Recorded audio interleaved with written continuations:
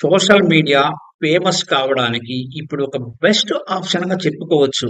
Social media ద్వారా popular అయిన చాలా మంది ఇప్పుడు మంచి పొజిషన్‌లో కూడా ఉన్నారు. అయితే పాపులర్ అయిన చాలా మంది కూడా కిందకి పడిపోయిన సందర్భాలు కూడా ఉన్నాయి.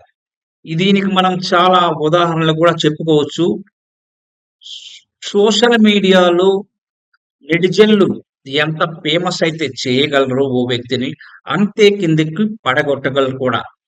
అది నెటిజన్ల కొన్న పవర్ అని చెప్పుకోవచ్చు. మనం కొన్ని ఉదాహరణలు గమనిస్తే, ఆ మధ్య తెలంగాణ ఎన్నికల సమయంలో బర్రెలక్కని చాలా ఫేమస్ చేశారు.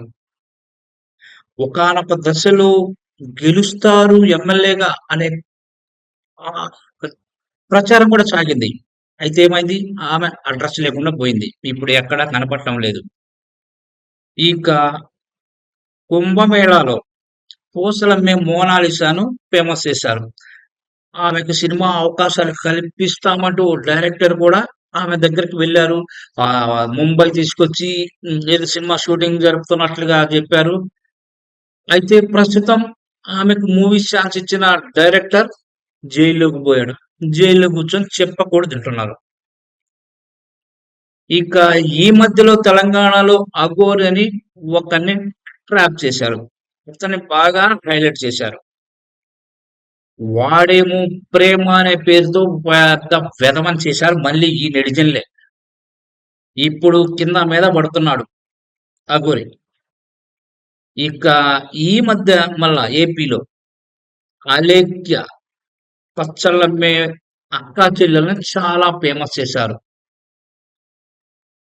అయితే ఏమైందో ఏమో ఆమె తిట్టిన వీడియో, ఆడియో బయటకు రావడం, అది నెటిజన్లకు కాస్త మండిపోవడం క్షణాల్లో వెంటనే జరిగిపోయింది.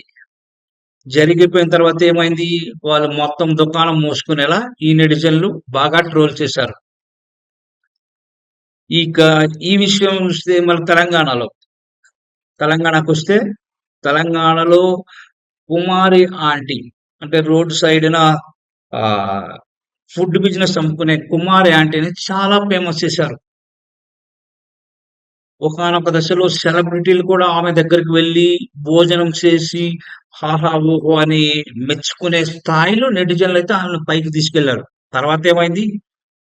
ఆమె బిజినెస్ అడ్రెస్ లేకుండా పోయింది. ఆమె అసలు ఎక్కడ ఉందో తెలియడం లేదు. బిజినెస్ చాలా డల్ అయింది. ఇప్పుడు సోషల్ మీడియాలో ఎక్కడా కనపడటం లేదు.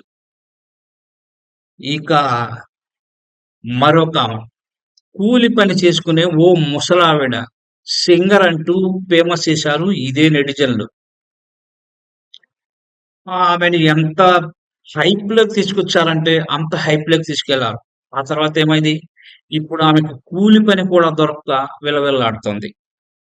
సో, రోడ్డున పడి ఇప్పుడు అల్లాడిపోతుంది. దానికి కారణం కూడా ఇదే నెటిజన్లే. ఎంత హైప్ చేశారో అంత కిందకి దించిన ఇదే నెటిజన్లు.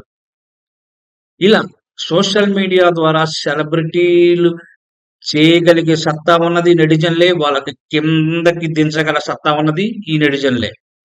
అలా చాలా మంది పైకెదిగారు. అలాగే నేలకొరిగారు. సో, క్లుప్తంగా చెప్పేదేంటంటే ఏదేమైనా పరిగెత్తుతూ పాలు తాగడం కన్నా నిలబడి నీళ్లు తాగడం చాలా మంచిది. ఇప్పుడు వీళ్ళందరూ నేను చెప్పిన వాళ్ళందరిని చూస్తే తొందరగా వచ్చేది ఏదైనా ఎక్కువ కాలం నిలవదనేది మాత్రం బాగా అర్థమవుతోంది. కాబట్టి కష్టపడితే వచ్చేది మాత్రమే మీకు నిలుస్తుంది. అందుకే కష్టపడండి, సంతోషంగా ఉండండి. ముఖ్యంగా ఒకవేళ మీరు సెలబ్రిటీ అయిన తర్వాత నోరు మాత్రం అదుపులో పెట్టుకోండి.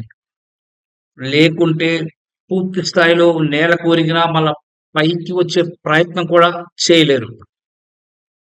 దీనికి ప్రత్యక్ష ఉదాహరణ ఇప్పుడు జరుగుతున్న రాజమండ్రి అక్కా చెల్లెల కథే. వాళ్ళు ఎంత ఫేమస్ అయ్యారో అదే స్థాయిలో నోటి దూల కూడా ఎక్కువైంది వాళ్ళకి.